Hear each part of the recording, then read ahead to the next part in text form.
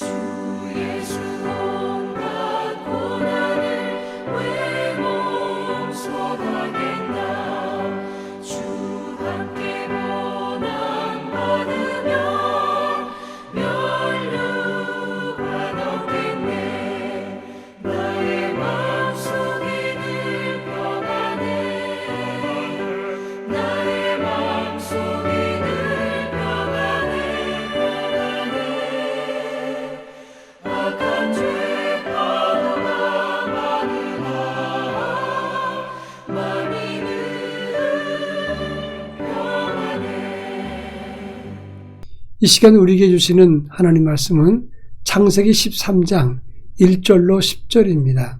창세기 13장 1절로 10절 말씀을 한 절씩 교독합니다. 제가 전체를 읽겠습니다. 아브라함이 애굽에서 그와 그의 아내와 모든 소유와 롯과 함께 네겝으로 올라가니 아브라함에게 가축과 은과 금이 풍부하였더라. 그가 네겝에서부터 길을 떠나 베델에 이르며 베델과 아이 사이 곧 전에 장막 쳤던 곳에 이르니 그가 처음으로 제단을 쌓은 곳이라. 그가 거기서 여호와의 이름을 불렀더라. 아브라함의 일행 롯도 양과 소와 장막이 있으므로 그 땅이 그들이 동거하기에 넉넉하지 못하였으니 이는 그들의 소유가 많아서 동거할 수 없었음이니라. 그러므로 아브라함의 가축 목자와 롯의 가축의 목자가 서로 다투고 또 가나안 사람과 브리스 사람도 그 땅에 거주하였는지라. 아브라함이 롯에게 이르되 우리는 한 친족이라. 나나 너나 내 목자나 내 목자나 서로 다투게 하지 말자. 내 앞에 온 땅이 있지 아니하냐. 나를 떠나가라. 내가 좌하면 나는 우하고 내가 우하면 나는 좌하리라. 이에 롯이 눈을 들어 요단 지역을 바라본즉 소알까지 온 땅에 물이 넉넉하니 여호와께서 소돔과 고모라를 멸하시기 전이었으므로 여호와의 동산 같고 애굽 땅과 같았더라. 아멘. 옛말에 견마지양이라는 말이 있습니다. 집에서 개나 말을 기르는 것 같다 그런 뜻인데 진심으로 공경하는 마음 없이 부양만 하는 것을 견마지양이라 이렇게 말합니다. 부모님의 사랑과 그동안의 고생이 참 큰데 나이 든 부모님에게 정성과 이해를 다해야 되는데 그렇지 못할 때가 많이 있습니다. 특히 젊은 사람들은 자기의 눈앞의 이익 때문에 부모님과 어른들을 소홀히 하는 경우가 있습니다. 이런 경우에 견마지양이라는 말을 많이 사용하게 되는 것입니다. 오늘 본문에 보면 아브라함의 조카 롯이 아브라함에 대한 태도가 바로 성의 없는 태도로 보인다 이렇게 말할 수 있습니다. 오늘 본문의 말씀은 아브라함과 그의 조카 롯이 애굽에서 네게브까지 올라가서 함께 목축을 했다는 것입니다. 이 네게브라고 하는 것은 이스라엘과 애굽 사이의 땅인데 아주 중요한 요충지였습니다. 거기서 목축을 하다가 다시 베델과 아이 사이에서 장막을 치고 함께 기거하게 되었습니다. 이 장소는 네게브 땅에서 더 북쪽으로 올라가는 지역인데 지금의 예루살렘보다 약간 위쪽에 있습니다. 이 아이라고 하는 것은 황폐한 작은 산이라 그런 뜻인데 이곳에 제단을 쌓고 함께 목축을 했습니다. 그런데 그 지형이 너무 좁기 때문에 아브라함의 목자와 롯의 목자가 서로 갈등을 했고 그 땅에 가나안 사람과 브리스 사람도 있었다고 하는 것입니다. 이럴 때 아브라함은 롯에게 우리는 한 가족이니 다투지 말고 서로 갈라서서 독립하자 이렇게 말했습니다. 아브라함은 말하기를 내가 좌하면 나는 우를 것이고 내가 우하면 나는 좌하리라 이렇게 이야기했는데 아브라함의 조카 롯은 자기가 먼저 요단 지역의 목초지가 풍성한 곳을 택했다고 하는 것입니다. 이 본문을 통해서 우리가 가져야 될 품격은 무엇인가 또 우리는 어떤 믿음을 가지고 살아야 되는가 이 문제를 살펴보겠습니다. 먼저 8절과 9절 말씀 보면 아브라함의 성숙한 믿음을 볼 수가 있습니다. 본의 아니게도 자기 목자들과 자기 조카 롯의 목자들이 갈등했을 때 그러면 서로 따지고 옳은 것을 판명해야 되는데 따지지 않고 가나안 사람과 브리스 사람들이 보고 있는데 우리가 한 친족이니 이렇게 갈등하면 안 되겠다. 내가 좌하면 난 우할 것이고 내가 우하면 나는 좌하리라 이렇게 말했습니다. 한마디로 갈등하지 않기 위해서 따지거나 시비하지 않고 양보부터 했다고 하는 점입니다. 여기에 아주 의미가 있는 내용이 있습니다. 지금 일반적으로 아브라함은 삼촌이고 어른입니다. 그리고 지금까지 누굴 데리고 다녔냐면 조카 롯을 데리고 다니면서 큰 도움을 주었습니다. 그러면 충분히 좋은 것과 우선적으로 가질 수 있는 것이 많을 겁니다. 그런데 아브라함은 양보하고 평화를 만들었다고 하는 것입니다. 우리도 믿음은 가졌고 성숙하다면 이처럼 양보하고 평화를 만들어야 되는 삶을 가져야 하는 것입니다. 또 10절에 보면 롯이 택한 곳은 요단 지역에서 소알까지 온 땅이 넉넉한 곳이었습니다. 아직 소돔과 고모라가 멸망하기 전이었기 때문에 그것은 여호와의 동산과 같고 애굽 땅과 같았다 이렇게 말하고 있습니다. 아름답고 풍요의 땅 그것을 조카가 먼저 택하면서 여기 내 땅이요 이렇게 말한 것입니다. 여러분 만약에 입장을 바꿔서 그런 입장에 된다면 여러분 어떻게 하겠습니까? 너는 어찌 그리 양심이 없니? 왜 너는 너만 생각하느냐? 이렇게 책망할 수도 있을 것입니다. 그런데 아브라함은 정반대로 조카가 먼저 좋은 땅을 택했으면 나는 반대의 땅을 택하리라 이렇게 정하고 나누었던 것입니다. 여러분 아브라함이 택했던 반대의 땅이 어디입니까? 네게브 지역의 산지 사막 땅입니다. 아이성 다시 말해서 황폐한 작은 산이라고 하는 지역인데 그런 척박한 땅을 선택해버리고 말았다고 하는 겁니다. 이 정도 되면 억울하고 바보 같은 선택이고 그리고 손해보고 망하는 선택이라고 말할 수 있습니다. 이런 사람들을 보고 세상은 미련하고 똑똑하지 못하다고 말하고 사람은 좋은데 무능하다, 현실적 감각이 없다 이렇게 지적을 합니다.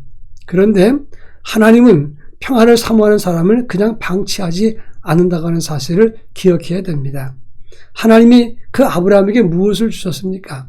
창세기 13장 14절로 15절에 보면 너는 눈을 들어 너 있는 곳에서 북쪽과 남쪽 그리고 동쪽과 서쪽을 보라. 보이는 땅을 내가 너와 네 자손에게 주리라. 이렇게 말씀했다는 것입니다. 또 17절에 보면 너는 일어나 그 땅을 종과 횡으로 두루 다녀보라. 내가 그것을 내게 주리라. 이렇게 약속했습니다. 하나님은 양보하고 손해보고 하나님 뜻을 찾았던, 그리고 눈에 보이는 화려가 아니라 하나님이 원하는 그런 자세를 가졌던 아브라함을 그냥 두지 않았습니다. 그하고 후손에게 큰 복을 보장하셨다고 하는 것입니다. 여러분, 성경뿐만 아니라 우리의 삶의 주변을 살펴보십시오. 크게 희생한 후손이 손해본 적은 없다고 하는 점입니다. 평화하고 양보하고 하나님의 뜻을 찾기 위해서 애쓰는 믿음을 가질 때 당대뿐 아니라 다음 세대가 큰 복을 받게 되는 것입니다. 우리 모두 양보하고 평화를 추구하는 믿음의 사람이 될 수 있기를 바랍니다. 다 같이 기도합니다. 하나님 앞에서 평화를 추구하면서 더 큰 은혜를 누리는 믿음을 가지게 하옵소서. 기도할 것입니다. 다 같이 기도합니다.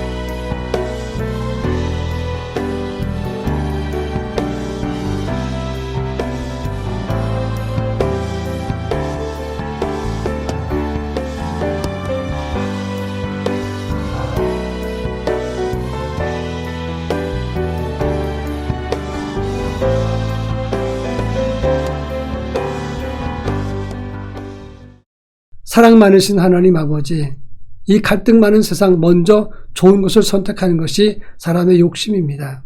그러나 믿음 안에서 양보하고 평화를 만들어가는 하나님의 사람으로 살아갈 수 있도록 저희 모두에게 은혜를 덧입혀 주시고, 그로 인해서 당대뿐 아니라 다음 세대까지 복을 받는 큰 은혜의 사람이 되게 하옵소서.